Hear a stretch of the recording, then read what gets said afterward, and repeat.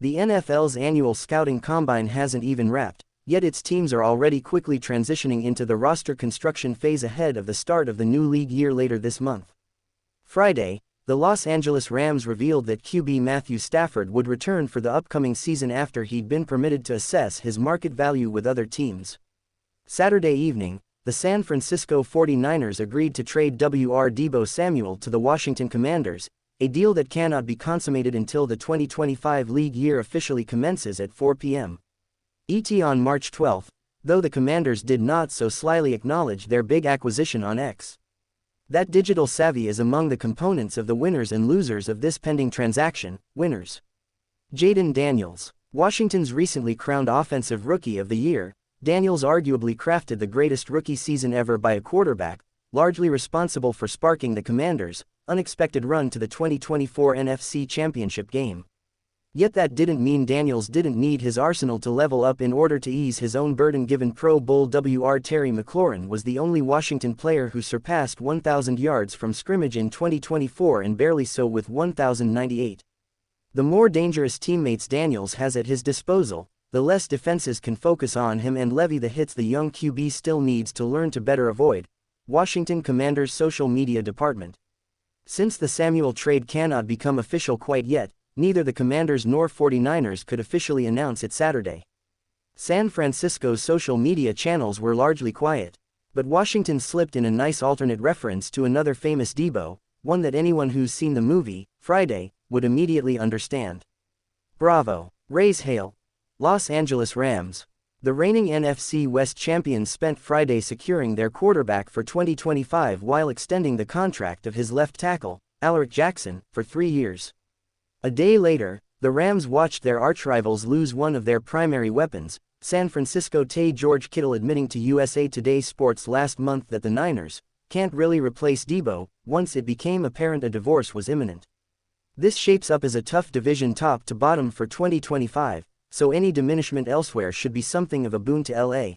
After 6 seasons in Silicon Valley, he wanted out, after, by some metrics, his least productive season, career low 8.7 yards per touch, and got his wish.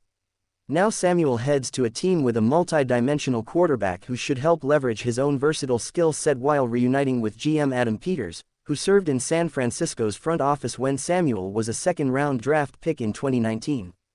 A change of scenery and a chance to win seems like a pretty soft landing for Samuel, who will make $17.6 million in the final year of his contract. Brock Purdy. Parting with Samuel will cost the 49ers a $31.6 million dead cap hit in 2025. But it does clear him off the books for a team that's in negotiations with Purdy, San Francisco's QB1 since late in the 2022 season and a man who's finally eligible for the lucrative extension he's definitively earned. Losers. Brock Purdy. When you're coming off your worst season, from both the statistical and team success standpoints, it doesn't help to lose a player like Samuel, who can line up in so many places and thrive in so many disparate offensive roles. Still, big a loss as Samuel is, Purdy and company should largely recover if RB Christian McCaffrey and Wr. Brandon Ayuk return to health in 2025, and 2024 first-round Wr. Ricky Pearsall makes a significant jump in his development. Deebo Samuel. He'll be 30 a year from now. He was something of a malcontent on occasion.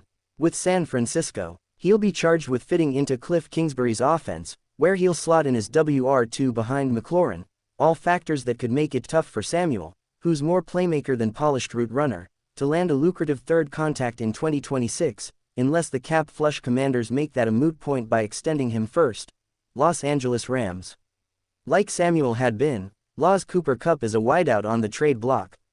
They are drastically different players, and Kupp has 2 more years remaining on his contract instead of 1. But given how much he is owed, nearly $40 million through 2026, combined with the fact that Samuel only fetched a 5th-round draft pick in return, it probably means the Rams shouldn't expect a substantial return for Kupp, the Super Bowl 56 MVP. Philadelphia Eagles, for now. The reigning Super Bowl champions are waiting in the midnight green wings ahead of the new league year. Even as the Commanders, Washington is fast shaping up as Philly's primary challenger in the division, are already upgrading. Remember, it's been 2 decades since a team has won back-to-back NFC East crowns, and Philly is likely to lose several key free agents, though EVP GM Howie Roseman usually seems to have a trump card up his sleeve: Jonathan Allen. The veteran defensive tackle is trying to broker a trade of his own out of the nation's capital and, per ESPN, nearly headed to San Francisco as part of the Samuel package, and playing in Robert Saleh's defense is typically a boon to D linemen. But, for now, Allen remains a Commander, and in limbo.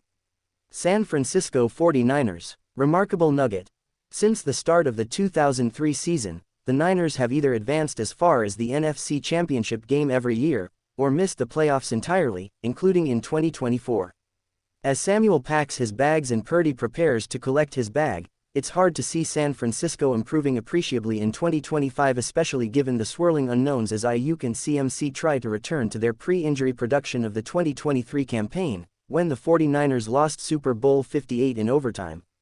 The Round 5 draft choice obtained in exchange for Samuel, and he was a team sparkplug off the field, too, volatile as he could be at times, doesn't seem likely to help much, especially at a time when the mostly young Rams seem to be on the rise, while the Arizona Cardinals and Seattle Seahawks are also on the come-up. Kind of feels like the Niners might be a better bet to miss postseason in 2025 than getting back to the NFC title round.